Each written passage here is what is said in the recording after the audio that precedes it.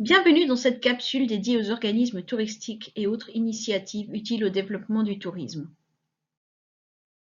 Tout d'abord, parlons des fédérations touristiques provinciales.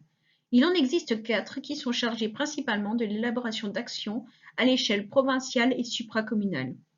Celle du Hainaut, celle du Brabant wallon, celle de Liège et celle du Luxembourg belge.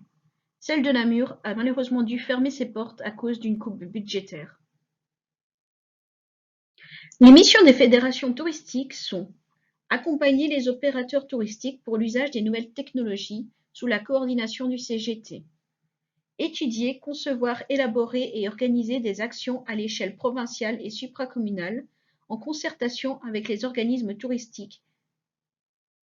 Favoriser l'émergence de nouveaux concepts ainsi que le développement et la mise en œuvre d'événements à l'échelle provinciale.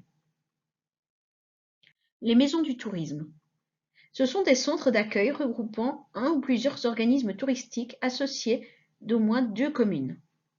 Chacune d'elles représente un pays touristique riche en attractions, culture, folklore et gastronomie.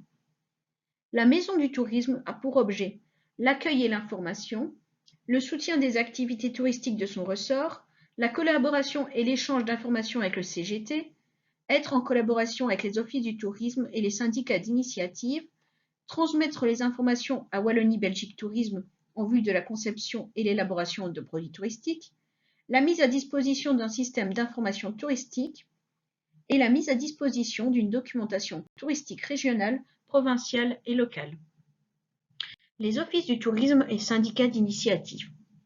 Un office du tourisme est un organisme local de tourisme soumis au Code wallon du tourisme dont la mission est l'accueil, l'information et la promotion du tourisme sur le territoire concerné à destination du public ou des visiteurs, allant des simples habitants locaux aux excursionnistes et en passant par les touristes.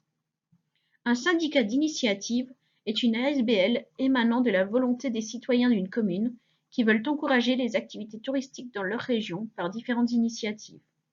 Vous pouvez voir à gauche l'Office du tourisme de la ville de Mons et à droite le syndicat d'initiative de la ville de Saint-Guilain.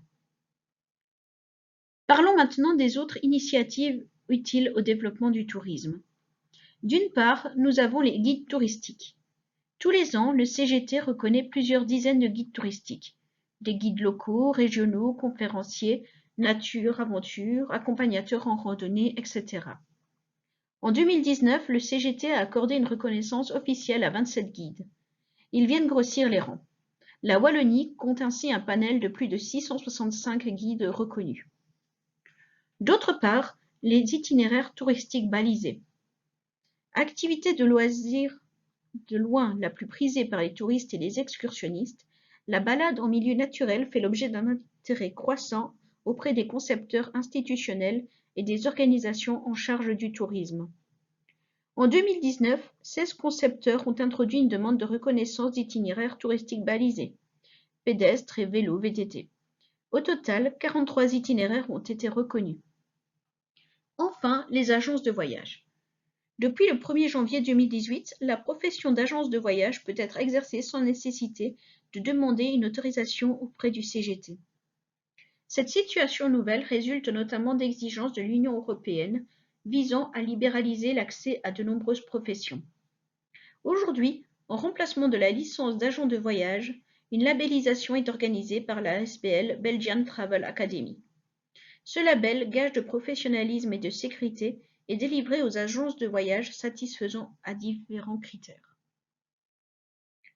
Nous voici déjà arrivés à la fin de cette capsule. N'hésitez pas à me poser des questions si vous en avez. Je vous donne rendez-vous la semaine prochaine pour parler du patrimoine. En attendant, passez une excellente journée.